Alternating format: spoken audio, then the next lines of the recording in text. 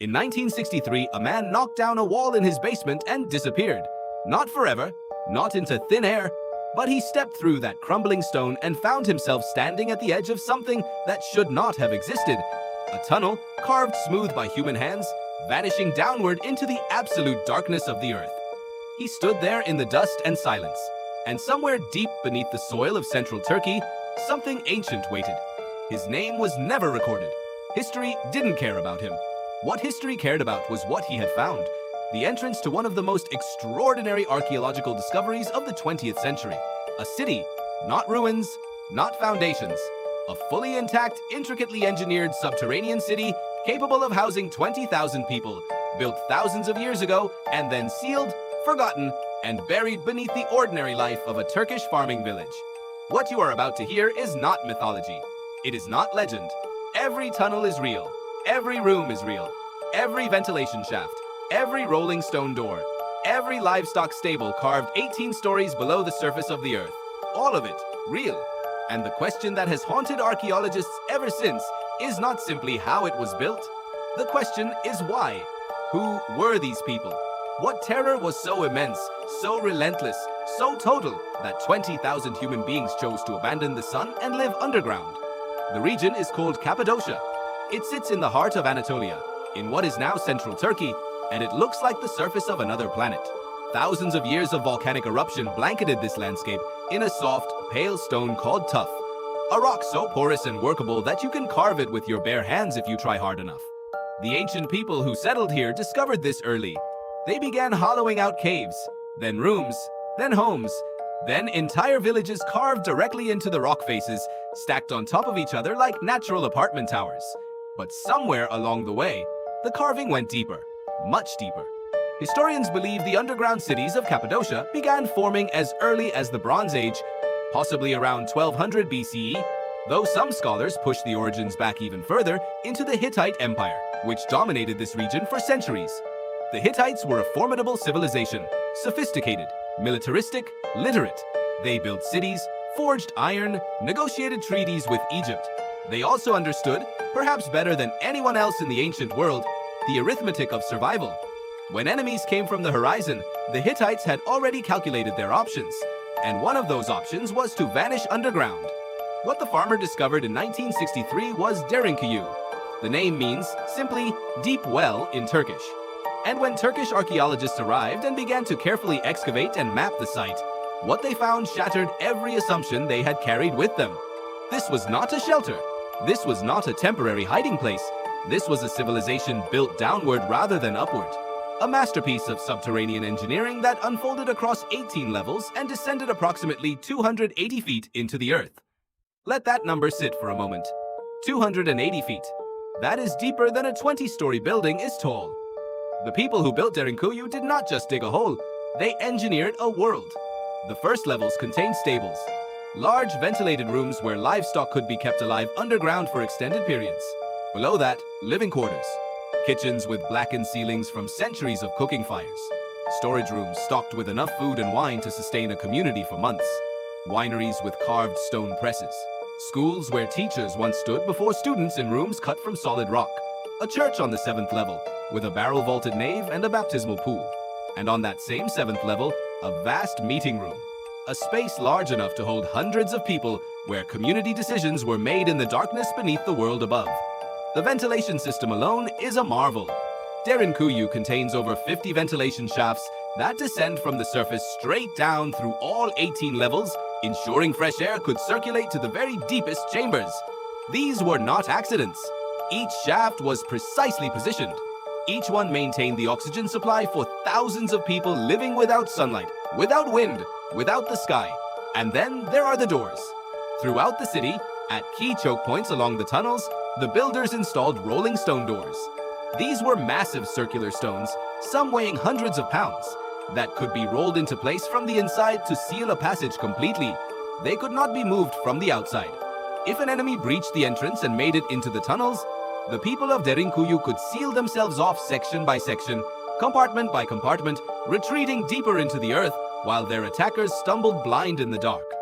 Small holes drilled through the center of each door allowed defenders to see through, or to thrust a spear through, without ever opening the passage. This was not paranoia. This was a people who had learned, through blood and fire, exactly what was coming for them. The world above Cappadocia in the ancient period was a violent one. The collapse of the Bronze Age around 1200 BCE sent wave after wave of migrating, invading peoples crashing across Anatolia.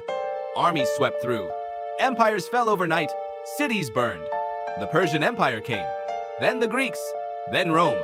Then the Arab armies of the early Islamic expansion in the 7th and 8th centuries CE, whose raids into Byzantine-controlled Cappadocia were devastating and relentless. Each wave of conquest, each century of uncertainty, likely sent the people of this region back into the earth. Because Derinkuyu was not just used once. The evidence suggests it was inhabited, sealed, reopened, and inhabited again across a span of thousands of years. Different eras left different marks on the walls. Christian symbols were carved alongside far older stonework. The church on the 7th level dates to the Byzantine period. But the engineering beneath it, the core structure, the ventilation system, the rolling stone doors, is far, far older. Here is where the story takes a turn that no one anticipated. When archaeologists finished mapping Derinkuyu, they began to notice something strange about the tunnel network. Certain passages, rather than ending in rooms or dead ends, continued. They went sideways. They went deeper. And after following them far enough, researchers realized they were not inside Derinkuyu anymore. The tunnels connected. Beneath Cappadocia, more than 200 underground cities and settlements have now been identified, spread across a region covering hundreds of square miles. And many of them are linked by tunnel networks that stretch for miles underground. Derinkuyu itself is connected by a miles-long passage to Cappadocia, another massive underground city just north of it. Cappadocia has its own 8 levels, its own ventilation system, its own self-contained world beneath the earth. But recent ground-penetrating radar surveys have revealed something more, something that reframed the entire picture. In 2014, construction workers in the city of Nevşehir, the modern capital of Cappadocia province, broke through the ground and discovered another underground city, one that early estimates suggest may be significantly larger than Derinkuyu. It stretches beneath one of the oldest and most densely built parts of the city, which has made excavation extraordinarily difficult and slow. But what has already been uncovered includes tunnels of staggering scale, storage rooms that dwarf those in Derinkuyu, and evidence of habitation going back further in time than previously thought possible. The deeper archaeologists go, the more the timeline stretches. There are now researchers who argue that the oldest sections of Cappadocia's underground networks were not built by the Hittites at all, that there is evidence of construction techniques and tool marks that predate even them. Some point to the Phrygians, some point to civilizations that left no name, no written record, only these vast rooms carved in silence beneath the earth. And still others ask a question that archaeology alone cannot answer.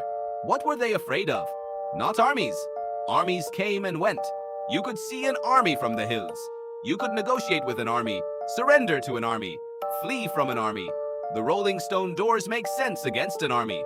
The ability to seal a tunnel from the inside to vanish into the earth and wait, that makes sense against a human threat. But 20,000 people, living underground, for months at a time, with their livestock and their wine and their children, in the dark. Some historians have proposed that the ancient people of Cappadocia faced something cyclical. Not just armies, but environmental catastrophe, volcanic eruptions, ash clouds that blotted out the sun, seismic events that made surface life untenable for extended periods. The same volcanic tuff that made the stone easy to carve also tells a story of a violent geological past. The underground may have been, in certain historical moments, not just a hiding place, but the only safe place. Others suggest a simpler and more human answer. Once you have built a city underground, once you have invested that extraordinary effort, designed those ventilation shafts, installed those stone doors, stocked those storerooms, the city becomes part of your identity. It becomes part of how your community defines itself. We are the people who go below. We are the people who survive. The farmer who knocked down that wall in 1963 went back upstairs. He returned to his house, to his fields, to his life in the sunlight. The city beneath his feet was handed over to archaeologists, to the Turkish government, to the slow process of excavation and understanding that continues to this day. Derinkuyu is now a UNESCO World Heritage Site. Every year, hundreds of thousands of visitors descend through that first entrance, now properly lit, properly mapped, and walk the tunnels where 20,000 people once lived in darkness. They walk those tunnels and they feel something, Almost everyone who visits describes the same sensation. Not claustrophobia exactly, something more complex. A kind of awe that is also a kind of humility.